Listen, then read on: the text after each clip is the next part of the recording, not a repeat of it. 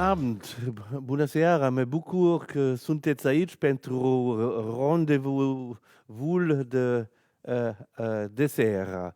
I wish you a warm welcome for our rendezvous from this evening. I'm very glad that I can also welcome Leonie Bremer from Germany and from the German movement of Fridays for Future. Nice to meet you, Leonie, and I'm very glad also that exactly in this moment, Pavel Radu is joining us from the Romanian organization of Fridays for Future. So we have about 30-35 minutes to talk with each other, and as always, you have the opportunity also to write some questions or answers or comments in the chat if you want to.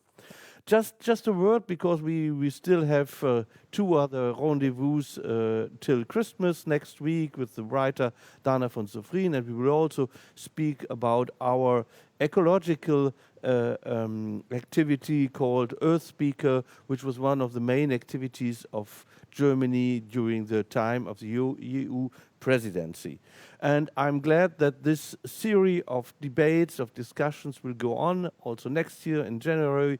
You will find us back. And there's one, I wouldn't say changement, but there's one important thing. And in this framework also is organized the debate or the discussion of tonight. We want also to approach more political issues, more issues of civil society. We will continue also our talks with artists and from Romania, from Germany, in different fields, but we will also approach this this political or civil society issues. I just say a word to my technical stuff, because Leonie is writing that she can't hear anymore, so does Pavel. So it would be good, Alex, if you could try to make them hear again what I am saying. Are you back, Leonie and Pavel? Yeah. Okay. Yeah, we can hear you now. Thanks a lot. So I apologize. This is always with the technical issues not so easy. So just let me remind that Fridays for Future is a movement which is only 2 years old, 2 years and a half old, and it was founded by Greta Thunberg, who some weeks before the Swedish elections stayed every day in front of the Swedish parliament. And I would like to ask, first of all, to Leonie and Pavel, how did you come to this movement? When did you discover it, and when did you join it? So, Leonie, please. Yeah, so I did climate activism, not just starting with Fridays for Future. I did that before already, because where I live, there's a big lignite mining plant, and I was active there before. So yeah, I do climate activism now since 4 years. And when I started Fridays for Future, the lignite mining power plant, yeah, there was a law saying, okay, we stop now cutting trees and deforestation. And exactly in this week, Fridays for Future in my city, started to do strikes. And this was in the end of 2018. And for me, it was just a really nice bridge to go from the one movement to the other movement and do activism there. And yeah, this is how I started, and all based on the realization that, yeah, this climate crisis is gonna be the biggest challenge of humanity, and is killing so many people right in this second. And animals are dying, the ecosystems are breaking down, and it's something we really have to do now. And I couldn't sleep if I wouldn't do that. And this started, as I said, like 4 years ago. As you stressed it already, you have worked or you were engaged with other associations, with other in other activities before. So you consider yourself as an activist, as if I'm right, and you're also, if I may ask, you're also studying something which is connected to your activities. Is this a new kind of study? We're doing new kind of courses. Could you just say us 2 words about what you're studying?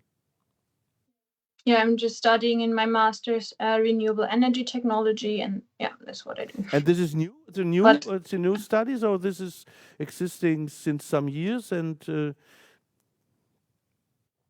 yeah, I don't know actually, to be honest, but I know that there were many people that have studied that before, and I have to say that my priority is not studying, it's activism and getting this country and the entire world towards the Paris Agreement. It's not always easy to connect studying, to combine studying and your activism? No, I mean, how would that work? I mean, I'm studying. This is actually a full-time job. Activism is a full-time job to every person on this planet. So, yeah, I would have to be twice on this planet. So, yeah, but it's okay. I mean, I can manage, and I do that. So it's okay. So I think we will also talk with Pavel about it. Activism, ecological activism, does this need also political change? And I mean political system change. That is what we could talk about a little bit later. Thanks for this. But just another question, Leonie, about Fridays for Future. How can we imagine Fridays for Future Germany? How many people are engaged for this organization? How are you organized? Are there different local branches? How is it? Just some words about the organization of your activities. Yeah, so Fridays for Future in Germany, you cannot say how many people are there because every person who is on the strike can say that they are activists from Fridays for Future because it's a movement, no company, no anything. So it's just a movement. And in Germany, we have 600 cities that are striking. And yeah, these cities have then, so local groups it's called, and then they have people who are organizing and stuff like that. So it's a lot. But you have a kind of function, so to say, to be, you're responsible for press releases and things like this? Yeah, I do a lot of press work. I do a lot of campaigning. I do a lot of, German-wide organizations and planning and what to do in the next month. But what my priority is also for Fridays for Future work is to work with MAPA, so with most affected people and areas, so actually Global South, so people that are most affected from the climate crisis, they called MAPA. So I do a lot of projects with the global Fridays for Future movement. Okay, thanks a lot. Pavel, you are still some years younger than Leonie is. And I think, if I'm right, you're still going to school and you joined Fridays for Future Romania only some months ago. Yeah, of course. I joined about 3 months ago. And about your question, why did I join it? It's because, as I said in a previous meeting of ours, that I am also an anti-capitalist, and I see this kind of activism as connected to what I stand for. And I met some people online and in real life, which are also part of this movement, and introduced me to it. And I've seen what the movement stands for, at least in my country, and this motivated me to join Fridays for Future Romania. And I'm very glad to be a part of it, because although we haven't achieved much since it has been founded, at least in our country, our local branch, we've organized a few people compared to how much population we have, but there were a few hundreds joining our protest, and we've done some things. And yeah, regarding a country like ours, which has a very reactionary background, there are people who are ignorant about some things, but also Romanians, when they are when they can be motivated to join something and organize against something, they do a very great job. And I've seen this in my movement, and I've seen how they act, and that motivated me also. And those are the main issues, the main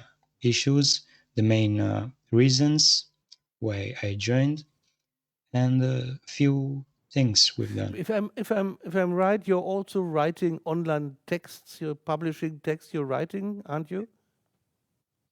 Yeah, those are a few were a few posts I designed, so to say, and they were not so catchy, and basically they were edited by someone.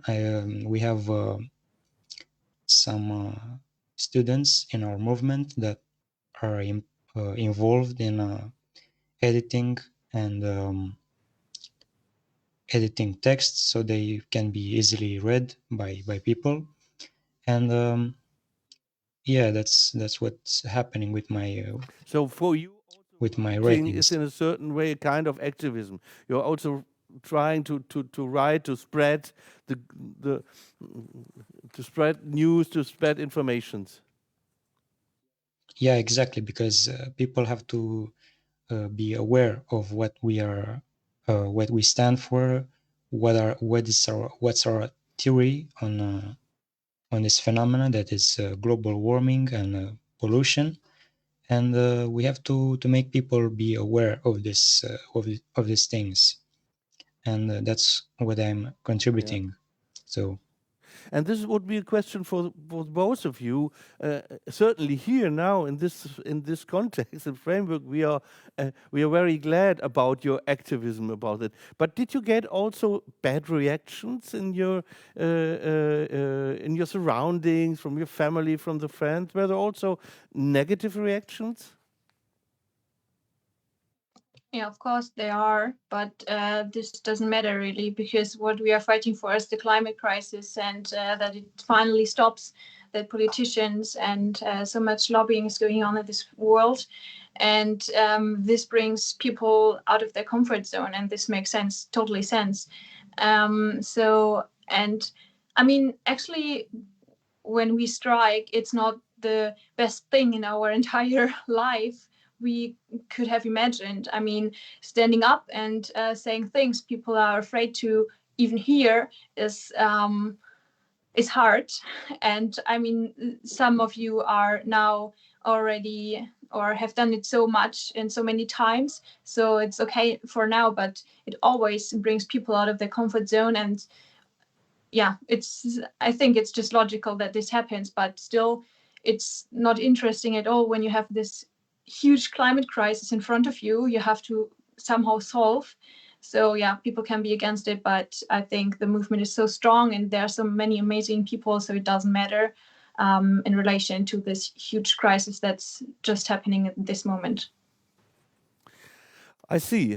Very interesting. And Leonie, I've read that you also was at the demonstrations against the construction of this railway in Germany, A49.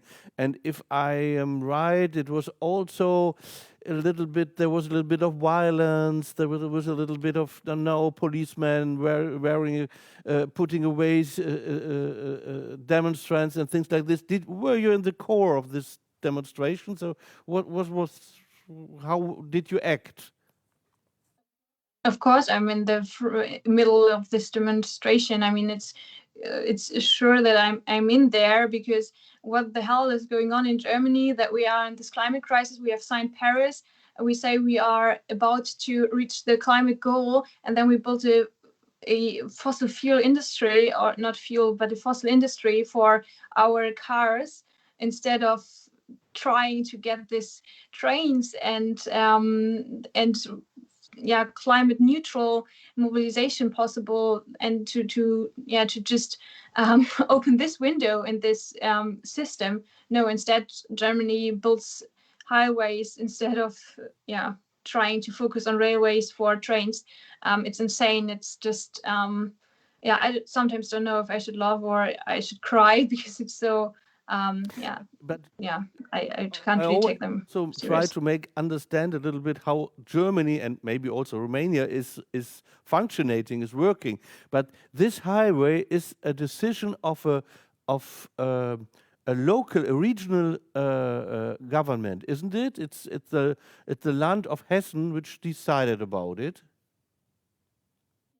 Yeah, of course, there's our Minister for Mobilization and Mobility, and he could have said, okay, we're not going to build that. But of course, this, Hessen, most people won't know that, but they could have changed a lot. So it's also a complex question, because it's on a federal, so to say, level, and also on a regional level, that this decision has to be taken. So just keep this in mind when we talk a little bit later about decisions also. I want to know, because Fridays for Future is basically an activity which was built up on this Friday demonstration. So, isn't Corona a kind of killer of this movement? So, or at least, is Corona not retarding this movement for several months, for many time? How do you see this? And second question for both of you would be, so if it isn't possible next year still to have this frequent kind of demonstrations against certain decisions made, are there other activities you can imagine to help your movement?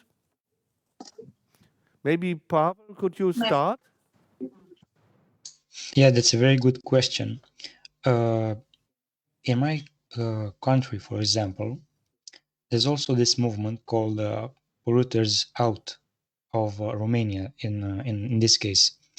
And this movement has members that are also part of Fridays for Future.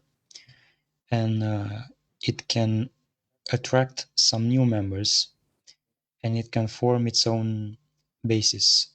So this, for example, is a movement that we can ally with against our common issues. And basically, Polluters Out of Romania is a very new formed movement. It formed about 2 months ago, about the time I joined Fridays for Future, and I took part in its organization, its documents and whatnot. And if will it be developed, we can join these two movements on common issues. And I don't remember exactly if there were other organizations. What's their name? They try to join with us, not to solve our main issues, but to get some clout, so to say, is to get some attention from the public that we have. And we mainly were neutral regarding those movements, those organizations and NGOs, because we are very careful about NGOs. And also, there's one NGO which we are we are cooperating with. It's Greenpeace. I think you all know the NGO called Greenpeace. We had some meetings with them. We organizing some protests, some activities together, and those are the organizations we are joining, so to say, with. I think you're completely right. It's very important to join forces, and I have to remind that 2 days ago we had some elections in Romania, 3 days ago, but in Germany, and our ecologic party is quite strong. In Romania, it's not the case, and this is also a more difficult situation. But we will come back to Romania in a minute. I want to ask the same question to Leonie. Yes, so your question was about COVID-19 and what we can learn from that, or how we can help the movement to get through the situation. So, of course, nobody could say that COVID-19 did not hit us and did not change anything for us. Of course, it did, because our function as a movement is to bring masses of people to streets and to demonstrate there for climate action. And this is not possible anymore.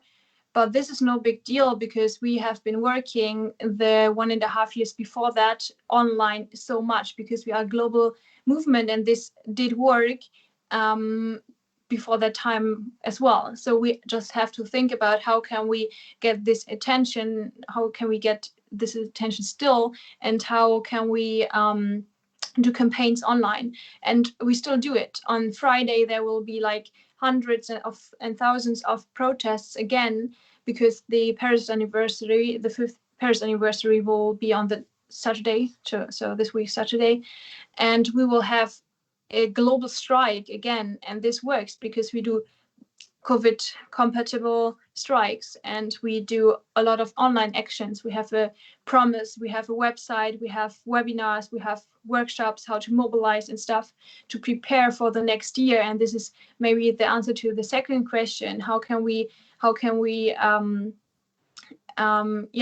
react on this situation? And we do a lot of preparation for the next year. We do a lot online campaigns, and we are very successful with that. We are still in media and press so much. We just had a press conference, an international press conference with 6 amazing strikers.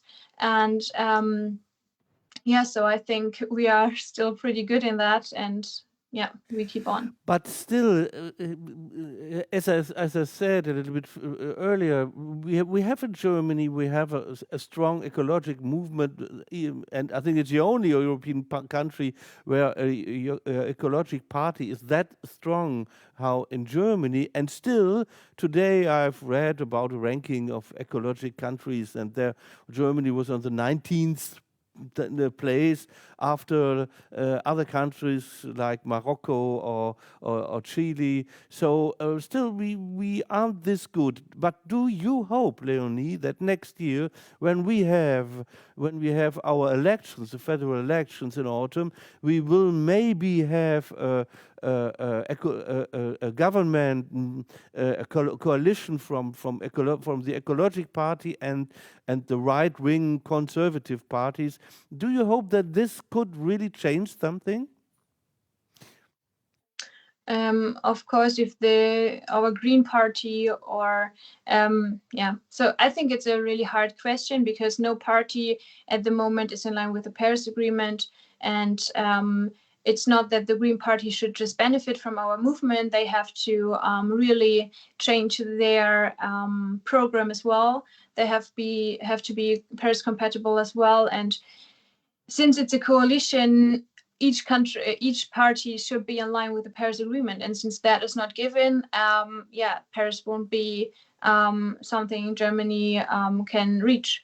So, I mean, of course, the Green Party would be best, also for the Chancellor. But I mean, they have a lot to do as well. So, But this leads us to the political question, because we know exactly. I think everybody agrees about the climate objectives, but how to reach them, this is something, and how to concretize the measures.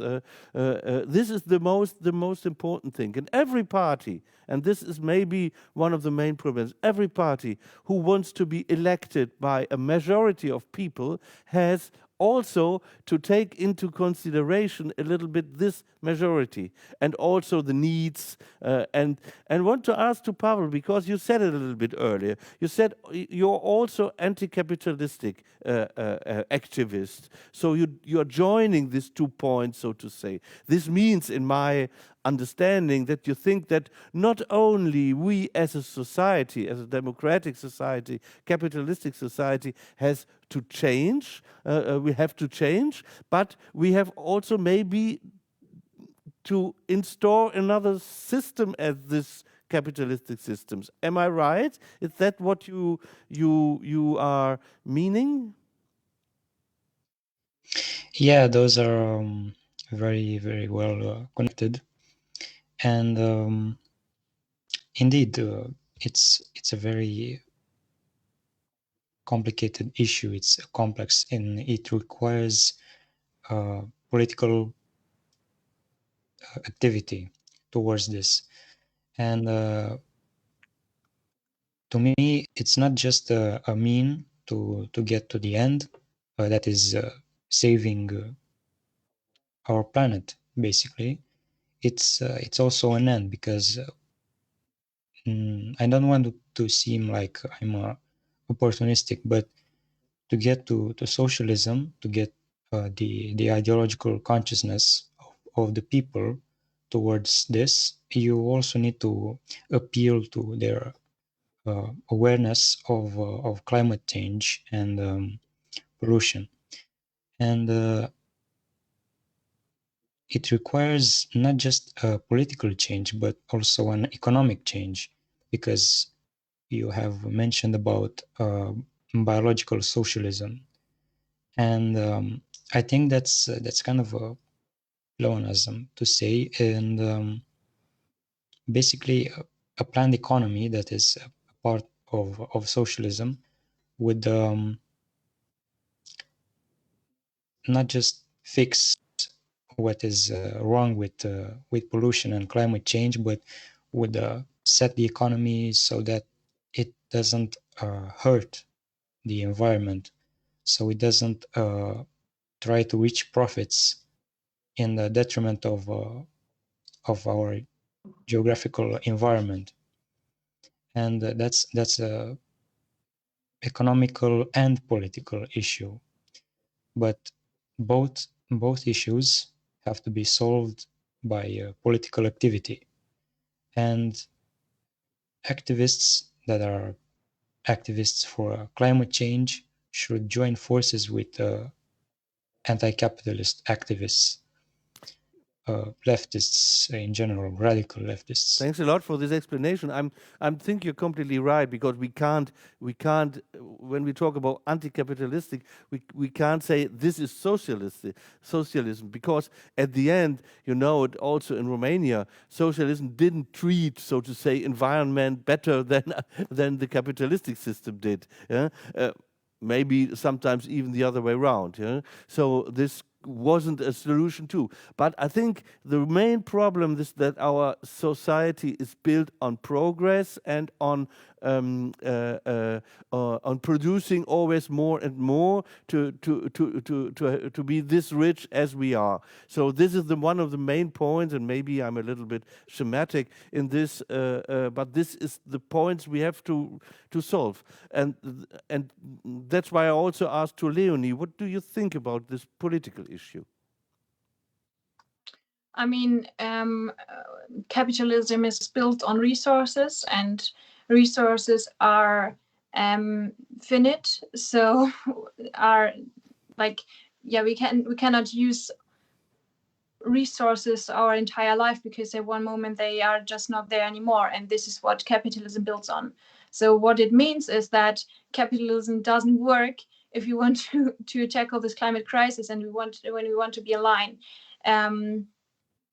Because there are no infinite resources. So I think, of course, it's a systematic problem. This is why we always say on strike, system change, not climate change, because the system has to be changed. And it, as you already said, we doesn't have to name it. We doesn't have to say it's socialism or whatever. We can just try to tackle this climate crisis without saying, okay, you are socialists or something like that. That's really bullshit. We just have to change the system because the way we do it right now is not working. So that's my opinion on that, and the science says it as well. And how far are you internationally connected? Are there contacts between different Fridays for Future movements in different countries? How do you manage with this question?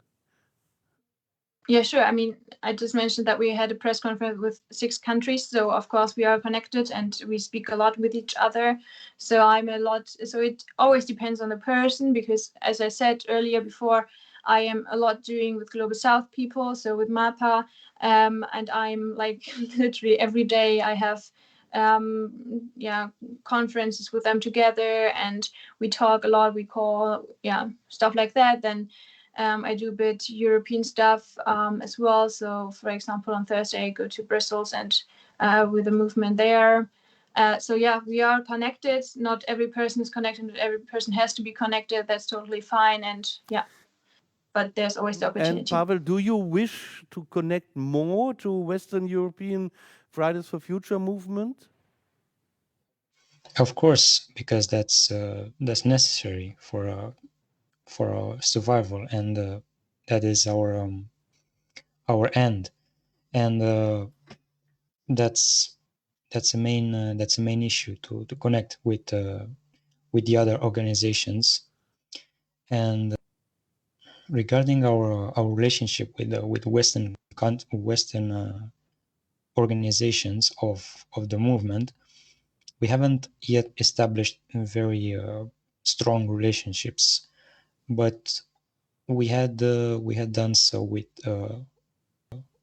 Republic of Moldova, and we are trying to build a regional alliance, so to say, in the Eastern Europe. But we're also trying to get to the West, because that's important, and that's also something that has to be taken into account.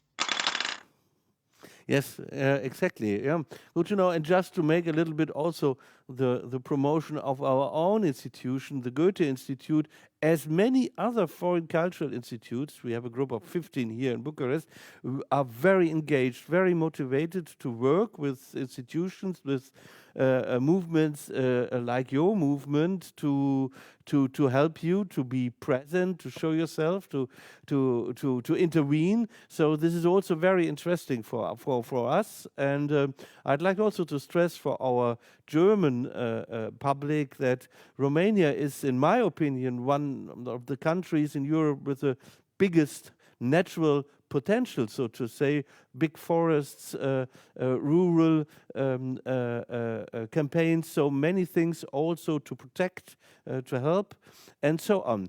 Last question for the both of you, because 40 minutes are quickly over. If there would be one measure you could decide of to do this directly, and a little bit maybe also in the context of your country, what would you do? Imagine you are a deciding politician and you can take one measure. What would this be if you agree to play this little game? I would take all parts and just make it Paris compatible. That's it. Okay, great. Thanks a lot, Pavel. I would plan the industry of wooden products, because in our country there are a lot of trees that are being cut, both legally and illegally, that